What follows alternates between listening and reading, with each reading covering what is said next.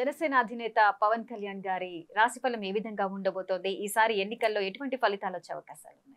Power star Pawan Kalyan ప్రముఖ cinema నటుడు,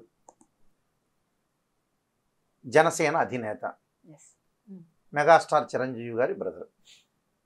అయితే పవన్ కళ్యాణ్ గారిది మకర రాశి జాతకులు. అయితే 2 భాగాలు శని వెళ్ళిపోయింది వారికి. రేపు గురుబలం పెరుగుతూ ఉంది వాళ్ళకి. అంటే మకరం, కుంభం, మీనం, మేషం, వృషభం. వృషభంలోకి ఆ ఎలక్షన్లప్పుడు గతం కంటే కూడా మెరుగైన ఫలితాలు సాధించే అవకాశం ఒకటి ఉంది. అంటే ద్వితీయ స్థానంలో శని యొక్క సంచారం, తృతీయ స్థానం రాహు బాగున్నాడు, పంచమ స్థానంలో గురువు. అంటే పంచమ స్థానంలో గురువు వల్ల గతం కంటే కూడా కొద్దిగా అభిప్రాయాలు కానీ, మానసికంగా ఆలోచనలు కానీ, అంటే కొంత పరిణితి చెందారని చెప్పుకోవచ్చు.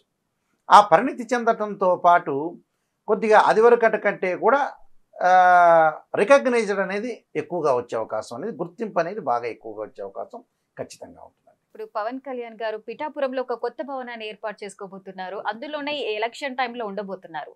ఉగాది పర్వదినానికి సంబంధించి సెలబ్రేషన్స్ కూడా అక్కడే జరగబోతున్నాయి. సో ఆ విధంగా ఎలక్షన్స్ ముందు ఒక కొత్త భవనాన్ని తీసుకోవచ్చా? ఆ విధంగా ఉండొచ్చా? ఎటువంటి జాగ్రత్తలు తీసుకోవాలి? ఉగాది అనేది చాలా మంచి రోజు కాబట్టి దానిలో ఆ రోజున మనం ప్రారంభోత్సవాలు అన్నీ చేసుకుంటారు. దాని తప్పేంటి. ఉగాది అంటే మనకి ప్రారంభం కాబట్టి చైత్ర మాసంలో శుక్లపాఠ్యం అనేది చాలా మంచి రోజు. ఆ రోజున ఉగాది రోజున భవనం తీసుకోవచ్చు. దానిలో పూజలు పునస్కారాలు అలానే ఆయన ఏం చేయాలనుకుంటున్నారో శాస్త్రీయ పద్ధతిలో చేసుకోవటంలో తప్పేమీ లేదు.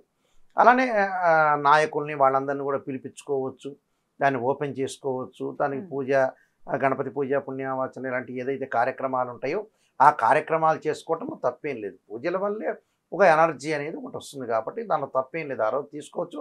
ఆ రోజు ప్రారంభం చేయటంలో ఏమి తప్పేం లేదు. గురువు గారు చాలా చక్కటి విషయాలన్నిటినీ మాకు చాలా చక్కగా వివరించారు.